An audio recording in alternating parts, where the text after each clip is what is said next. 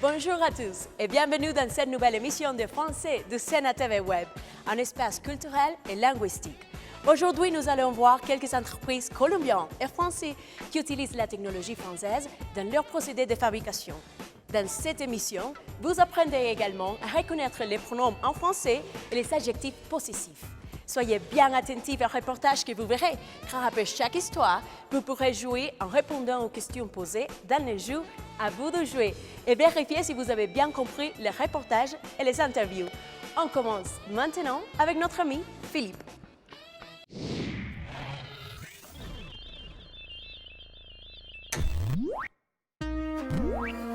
Hoy, bilingüismo francés. Capítulo 9.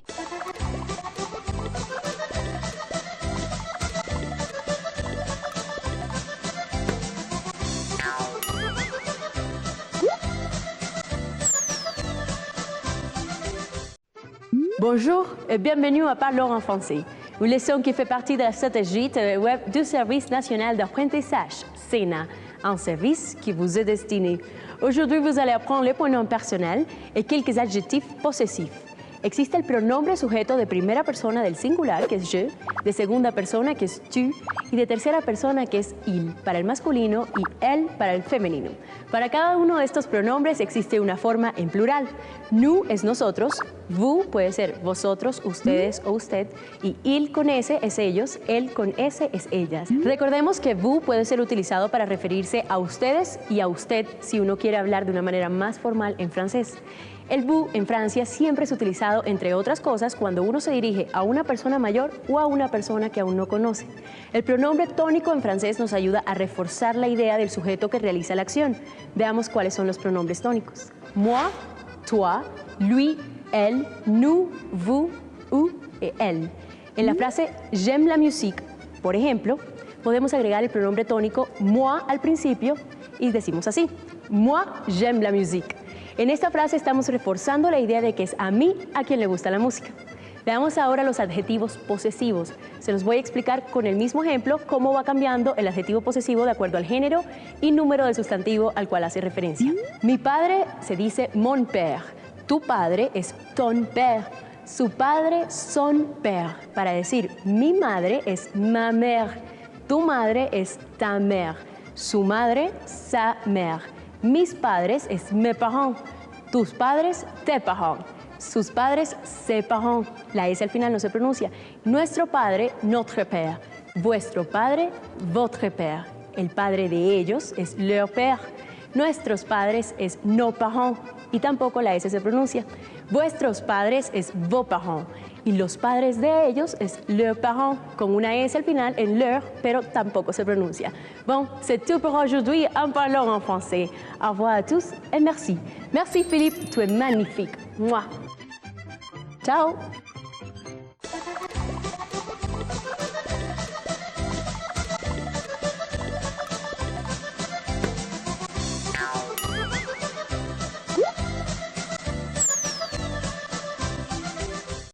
Sakandina est une entreprise française qui utilise la technologie française pour installer des systèmes d'égout et des microtunnels sans avoir besoin de briser les sols.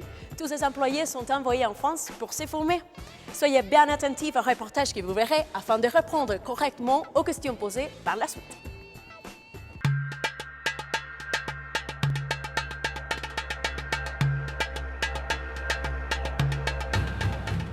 L'entreprise Sakandina est une entreprise de génie civil dont la spécialité est la réalisation de microtunnels et également la rénovation et la réhabilitation de réseaux, donc de réseaux d'eau usée ou de réseaux d'eau potable.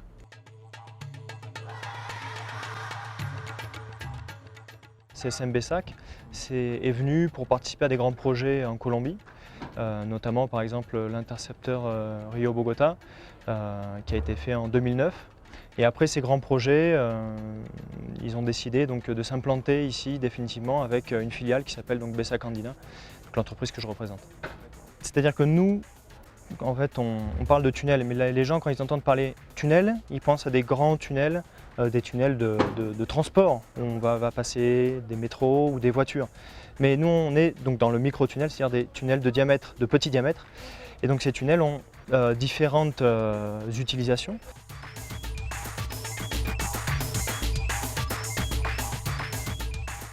Donc ça va être des utilisations, comme je viens de le dire, pour les eaux usées ou pour l'eau potable, mais également pour le transport d'énergie, le pétrole, l'électricité, le téléphone. En fait, le fait de réaliser ces tunnels permet d'éviter dans les villes de réaliser des tranchées. Car ces tranchées en fait, ont un impact très grand sur la partie qui va être par exemple économique. Imaginons qu'il y ait des commerces autour de la zone où se réalisent les travaux. Ces commerces vont devoir tout simplement parfois fermer durant la durée des travaux si ces travaux sont réalisés en tranchées. Notre proposition, ce qu'on propose donc, c'est de passer sous terre et d'éviter tous ces inconvénients liés au travail en tranchée. La technologie est en constante évolution, contrairement par exemple justement aux travaux en tranchée qui stagnent depuis un certain nombre d'années. Nous sommes en constante évolution parce que nous travaillons dans le sol. Et c'est un milieu très incertain et donc dont on a besoin constamment de s'améliorer, constamment de chercher des solutions aux problèmes rencontrés parce qu'il n'y a pas deux chantiers qui sont pareils en fait.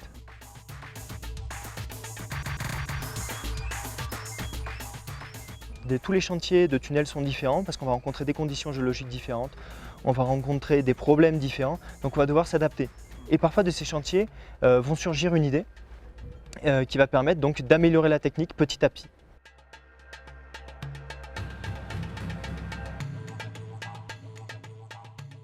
Donc nous avons ici une roue de coupe sur une machine de diamètre environ 1600. Sur cette roue de coupe, on peut distinguer différents éléments. Donc nous avons ici des molettes et ici nous avons des couteaux.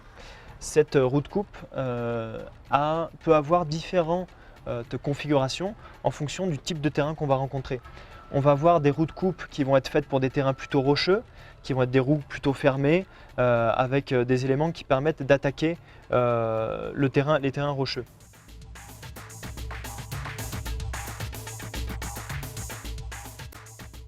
Les différents éléments qu'on va avoir sur la roue vont s'user plus ou moins rapidement en fonction du terrain qu'on va rencontrer. Si on rencontre des argiles, les outils vont très peu s'user. En revanche, si on va rencontrer des terrains plus rocheux, les outils, il va falloir parfois les changer durant l'excavation. Donc ça, c'est une opération très laborieuse parce que quelqu'un doit rentrer dans la chambre et changer les outils par l'intérieur, ils se sortent et les changer, ces outils pèsent énormément. Donc c'est une opération qui est effectivement laborieuse et qui demande pas mal d'huile de coude. Il faut aussi prendre en compte la partie écologique parce que en tranchée, on va générer beaucoup de déblais.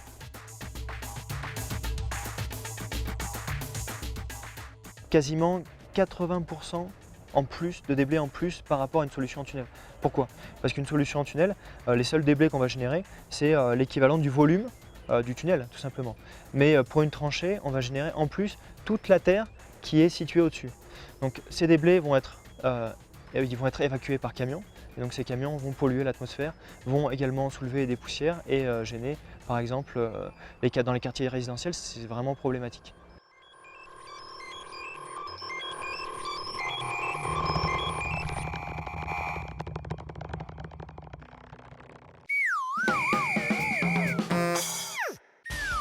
À vous de jouer.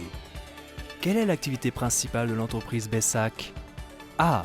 La construction de microtunnels. B. La construction de tranchées. C. La construction de routes. D. La construction de chemins de fer. La réponse est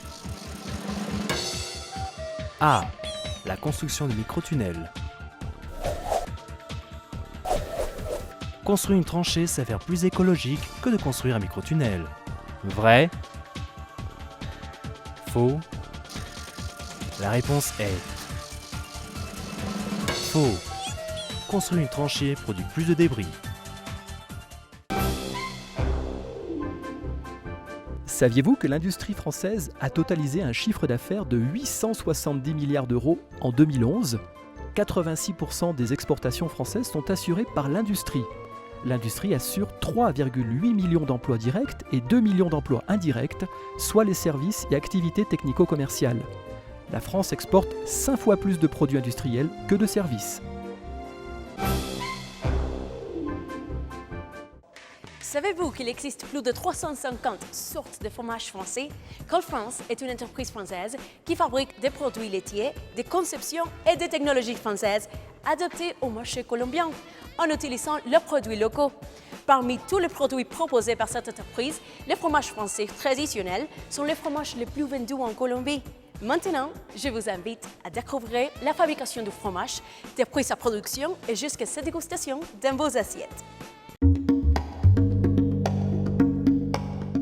Bonjour Stéphane et bienvenue à Séna TV Web en français. C'est un plaisir d'être avec vous. Merci à vous. Stéphane, racontez-moi un petit peu depuis combien de temps l'entreprise Cole France existe-t-elle et pourquoi et qui en a eu l'idée? Bon, Cole France est une entreprise familiale et elle est fondée dans les années 80. Ses propriétaires est mon père qui est colombien et ma mère qui est française.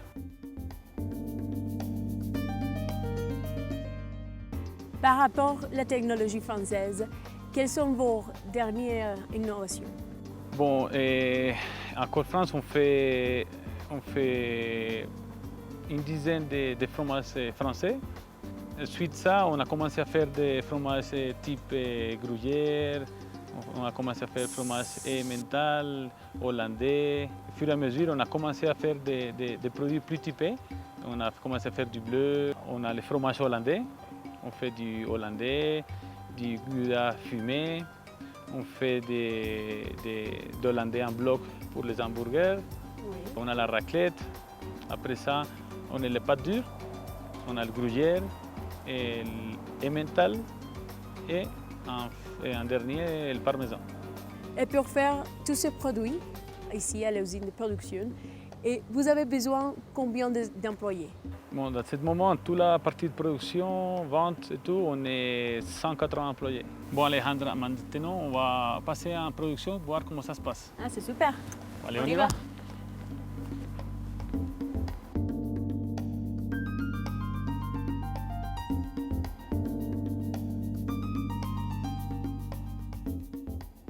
Ici, on a la première partie, c'est la réception du lait. Ici, on récolte en moyenne 80 ml de lait par jour. Tout notre lait il vient de 10 km à la ronde.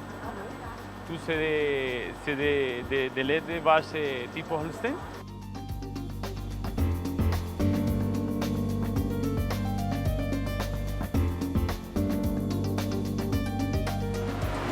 Bon, ici c'est la partie de pasteurisation. Alors, une fois notre lait est libéré par qualité, standardisé en matière grasse, on rentre le lait. On l'introduit sur le pasteurisateur. Ce qu'on fait, c'est pasteuriser le lait à 92 degrés. La plupart des fromages ou la technique qu'on utilise, c'est tout français. Ça, c'est le cube de fabrication. Ils ont une capacité, bon, c'est une petite fabrication, ils ont une capacité de 2000 litres, mais tout notre cube de fabrication, ils font 6400 litres. Et notre lait qui est cru, qui passe pour le pasteurisateur, on l'amène ici. Là, c'est du lait pasteurisé et standardisé en matière grasse pour faire un mozzarella. Les fromages que vous faites ici sont les plus proches aux fromages qu'on voit et qu'on mange en France. On essaye de faire tout exact. On applique la technique française. On a fait les études en France. On utilise tous les ingrédients de France, sauf le lait. Et comment vous avez fait pour adapter les fromages français au palais et au goût des Colombiens? On était un peu obligé à faire ça, parce que si on applique la même technique en France, mais on était obligé de gérer les fabrications avec les ferments, le lait pasteurisé, pour arriver à avoir le même goût, les mêmes textures, la même présentation, mais on arrive à gérer les odeurs. Que c'est la chose qui en Colombie, les consommateurs colombiens n'aiment pas beaucoup.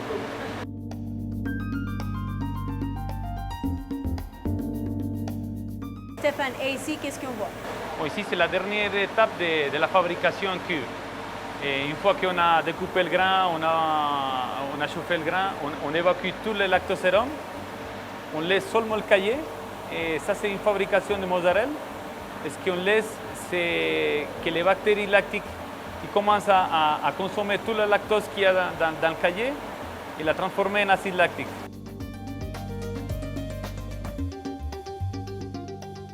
Une fois qu'on arrive à 5,20, on sort les cahiers de la queue et on l'amène à la filatrice. Et là, on commence l'étape de filage.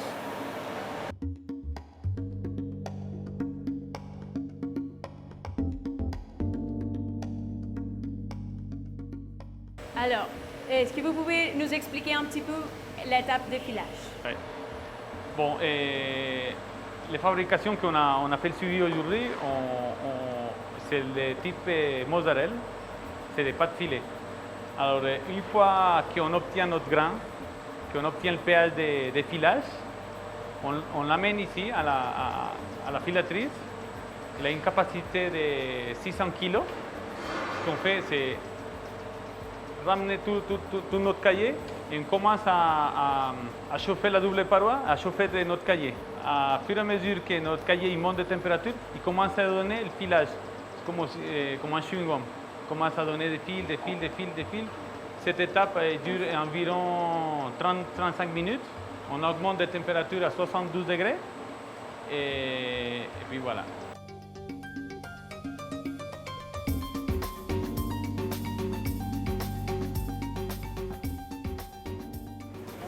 Bon, ici, nous avons la cave à pâte pressée, non cuite.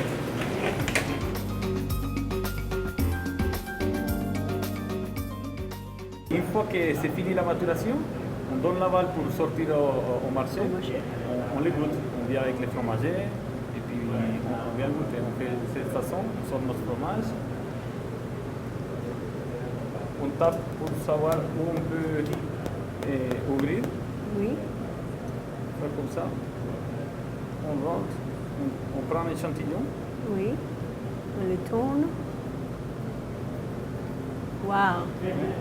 Et là, la première chose qu'on fait, c'est sentir l'odeur. Bon, c'est un fromage qui lui manque encore à 1 mois et demi de maturation. Ce qu'on fait, c'est goûter. Là, on regarde l'élasticité. Mais quand même, il est délicieux. Oui, il nous manque. Alors, moi, l'élasticité, qu'il soit crémeux, on les goûte. Voilà.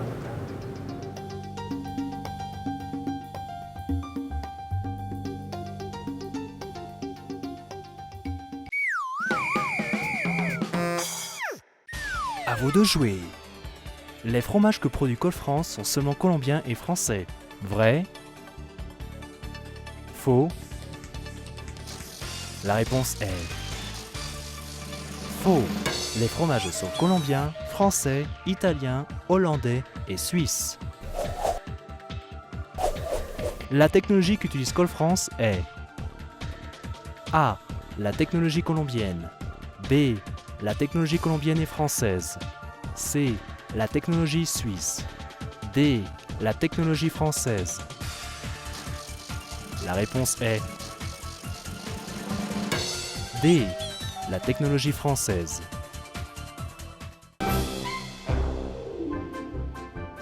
Saviez-vous que 18 milliards d'euros, c'est le montant investi par la France chaque année dans la recherche et le développement ?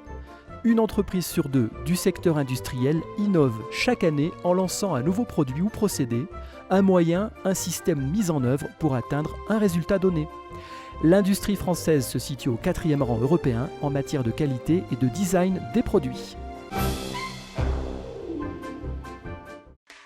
Le réseau Technoparc Colombia est un réseau conduit par le Sénat, le Service national d'apprentissage, pour la promotion du talent humain avec un engagement vers le développement technologique, l'innovation et l'esprit d'entreprise en Colombie.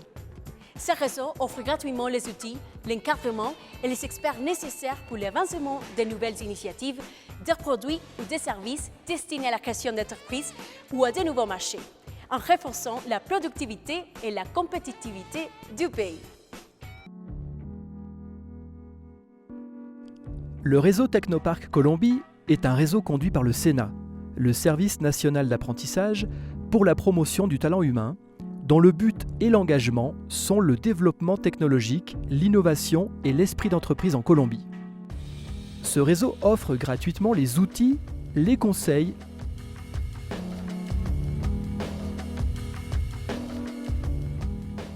l'infrastructure et les experts nécessaires, le tout dans un environnement dynamique et technologique moderne, pour le développement de nouvelles initiatives de produits et de services, pouvant être testées et utilisées en entreprise ou sur de nouveaux marchés, tout en renforçant la productivité et la compétitivité du pays.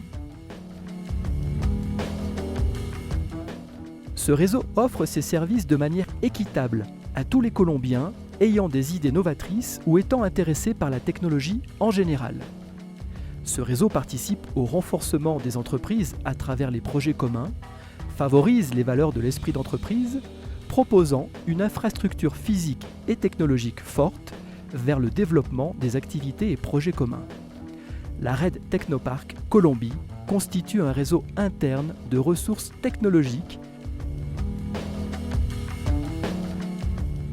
Le portefeuille des services de Technopark Colombie apporte une sensibilisation aux technologies d'aujourd'hui, mais aussi des activités d'apprentissage, un accompagnement dans le développement des projets, une banque de données et une banque de projets.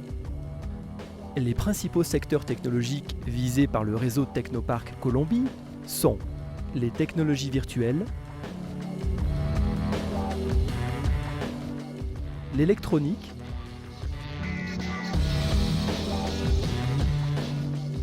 le dessin de produits, la biotechnologie, l'agro-industrie et le soutien aux entreprises. Pour en savoir plus sur cette initiative, vous pouvez consulter le site de la RED Technopark Colombie sur Internet.